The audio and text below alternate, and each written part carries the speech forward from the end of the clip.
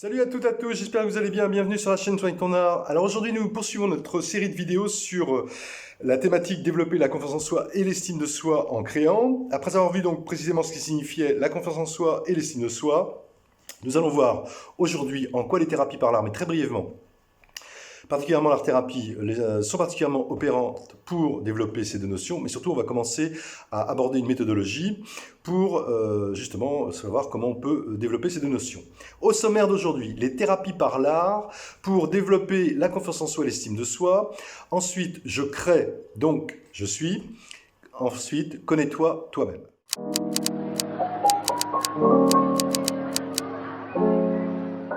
Alors, à travers les deux premières vidéos, nous avons vu précisément ce qu'est la confiance en soi et l'estime de soi, et nous avons pu constater que ces deux notions, plutôt complexes et sensibles, évoluent sans cesse. Reprendre confiance en soi et améliorer l'estime de soi demande donc du temps et de la méthode, sachant que chaque personne est évidemment unique et qu'il n'existe pas de programme standard.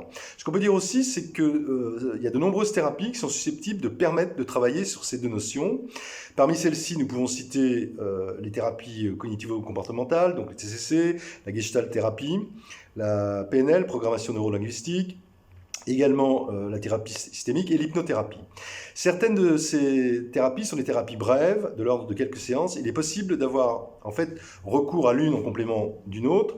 Et puis, il y a les thérapies par l'art, dont les art-thérapies, qui, en fait, par leur spécificité propre, c'est-à-dire les médiations artistiques, l'introduction de médiations artistiques, surtout le processus de création, permettent selon moi d'effectuer un vrai travail en profondeur de la manière qui soit, à savoir en jouant et en créant.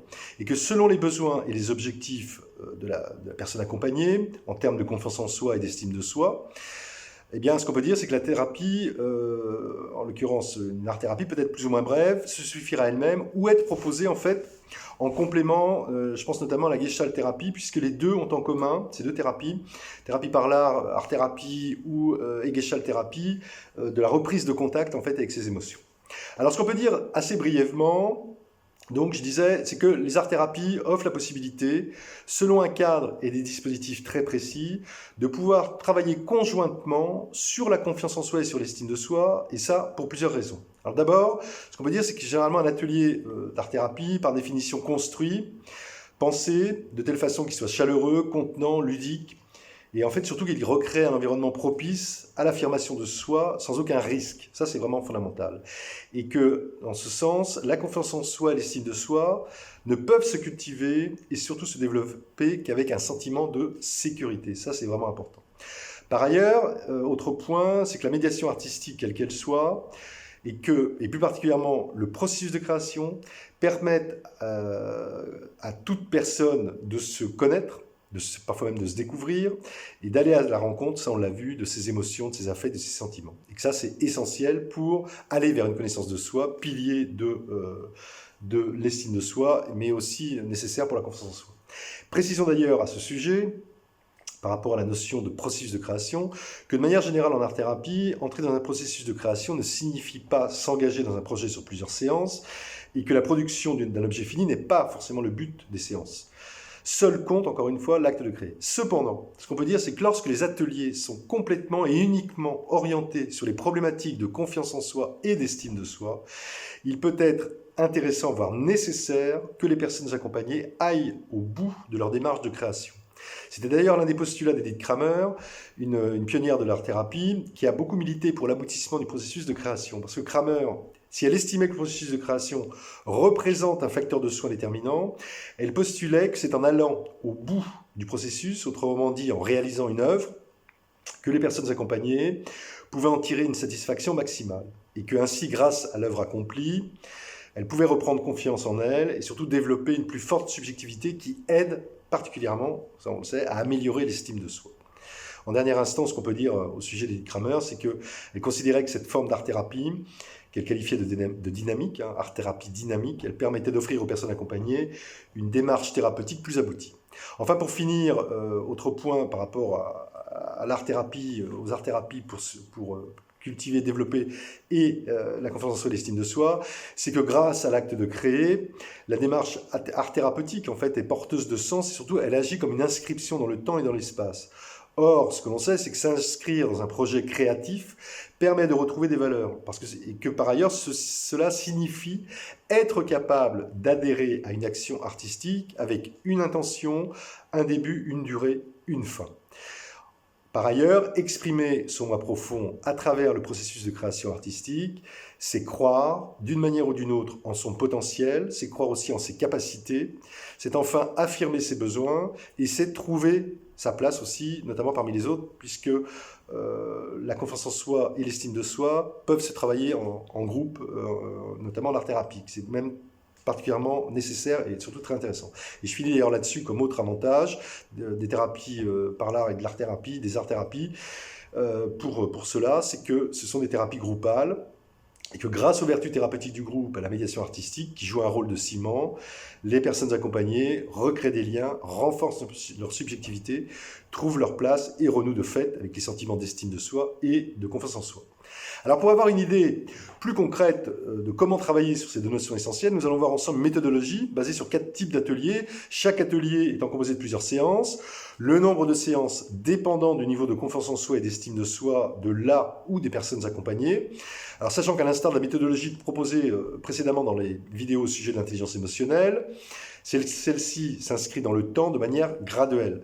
Par ailleurs, nous verrons surtout les objectifs recherchés. Je vais vous donner très peu de jeux proprement dit, à vous de voir en fonction de la méthodologie quel type de jeu vous pouvez mettre, et sachant que c'est propre à chacun de vous.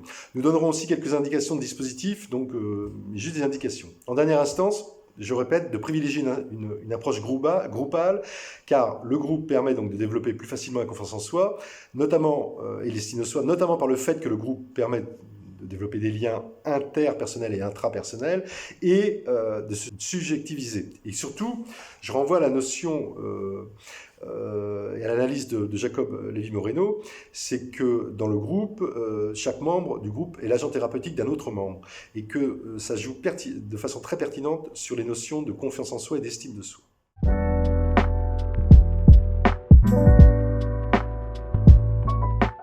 Alors, premier atelier plutôt, je l'ai intitulé « Je crée donc je suis ».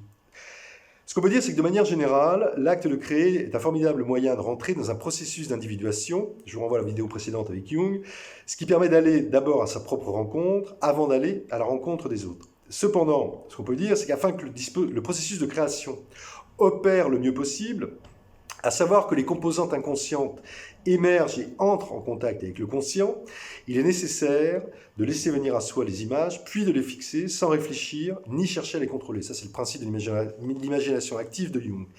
Par exemple, en dessinant sans gommer, en peignant sans recouvrir le premier jet, en se mettant en mouvement sans réfléchir, en émettant des sons, en écrivant sans se relire, etc. Avant toute chose, il s'agit donc vraiment selon la formule d'Augusto Boal, qui on va faire une vidéo d'ailleurs, il s'agit de se libérer du flic qu'on peut avoir dans la tête, donc de cette espèce d'autocensure qu'on s'applique, ou de ce censeur qu'on intériorise et qui ne nous autorise pas à nous exprimer spontanément.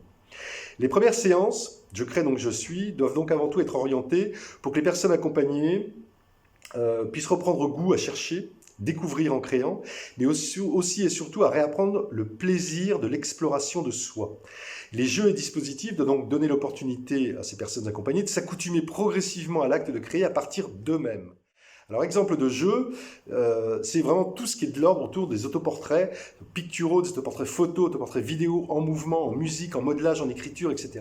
En fait, ces jeux centrés sur les personnes permettent aux personnes accompagnées, en fait, d'être ainsi à la fois acteurs et sujets du processus de création artistique. Par ce biais, ils vont ainsi entrer dans un processus de subjectivation à double détente. Ils vont en effet se subjectiviser par l'acte de création même, mais aussi par leur propre mise en forme issue de ce processus créatif. En dernière instance, ce qu'on peut dire, c'est que si ces jeux leur offrent l'opportunité de se découvrir ou de se redécouvrir, ils permettent également de mettre à jour le caractère d'unicité de chaque personne. Or, se confronter à ce caractère est fondamental pour reprendre confiance en soi.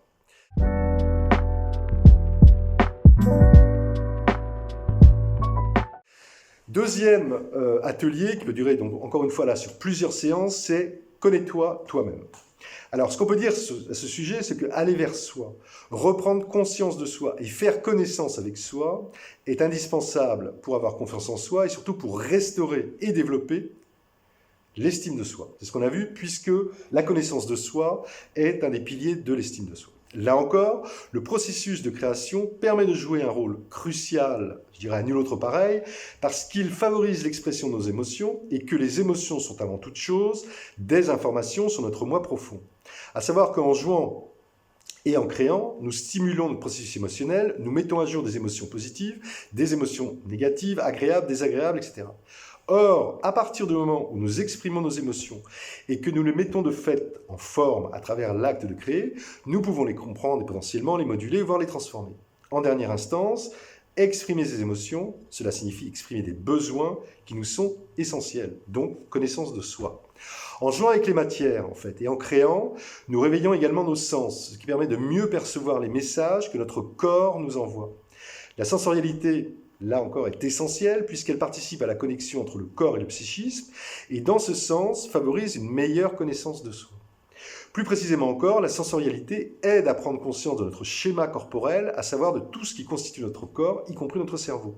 Donc développer la relation à son schéma corporel, c'est donc mieux se comprendre, mieux se percevoir et surtout mieux communiquer avec soi et son environnement immédiat. En bref, mieux se connaître, ce qui signifie améliorer la confiance en soi et par voie de conséquence l'estime de soi. Alors les séances de cet atelier doivent donc être orientées pour les personnes accompagnées vers la question « Qui suis-je » Les jeux et dispositifs doivent être axés sur l'image de soi, qui est à appréhender selon deux plans. D'un côté, l'image physique, à savoir l'image que nous renvoie notre corps et l'interprétation qu'on en fait. De l'autre, l'image psychologique, qui est directement liée à l'estime de soi et qui dépend du degré de cohérence entre nos idées, nos pensées, nos valeurs et nos actions. Chez certaines personnes, l'image de soi peut être déformée à des degrés divers et entraîner des troubles psychologiques. Exemple, alors là, d'après moi, ce qui fonctionne très bien, c'est tout ce qui est séance mixte autour du masque. Alors d'abord, confection de masques et jeu de scénettes avec le port du masque, écriture de scénettes au préalable, ou alors improvisation autour de thématiques proposées par le thérapeute, avec, encore une fois, la question du masque. Au sujet du masque, rappelons que de manière générale, le masque est à la source du principe de transgression. Au premier abord, le masque cache, dissimule et camoufle, mais que porter un masque permet ainsi de s'échapper, de sortir de soi et de donner libre cours aux instincts les plus refoulés. Le masque favorise donc la levée des inhibitions et des défenses et peut donc faciliter la libération des affects, des sentiments et des émotions. C'est là, d'ailleurs, nous ferons une vidéo spécifique sur le masque.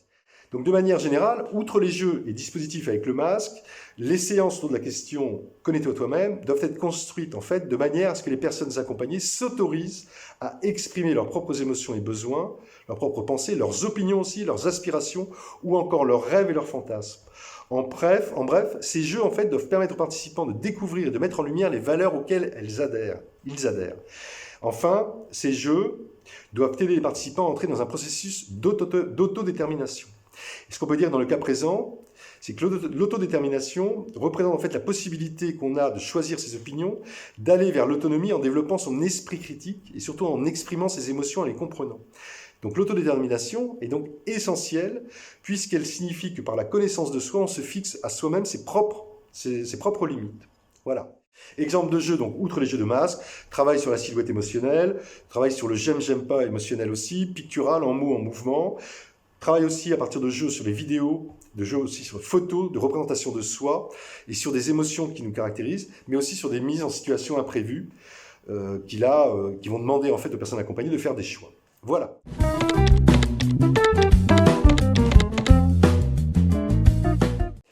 À lire par rapport à ça, Confiance en soi, estime de soi, s'aimer, s'apprécier, croire en soi de Josiane de Saint-Paul, publié en 2004. Retrouver Confiance en soi, estime de soi, c'est parti de moi-même, publié en 2018 aux éditions Jouvence. Voilà, si vous souhaitez réagir ou me contacter au sujet de cette émission, toutes les coordonnées dans la description de la chaîne. Sinon, à bientôt pour la 4e et dernière vidéo sur cette thématique, dans laquelle nous poursuivons et terminons la méthodologie. D'ici là, portez-vous le mieux possible et surtout, n'oubliez pas de soigner votre art. Bye bye.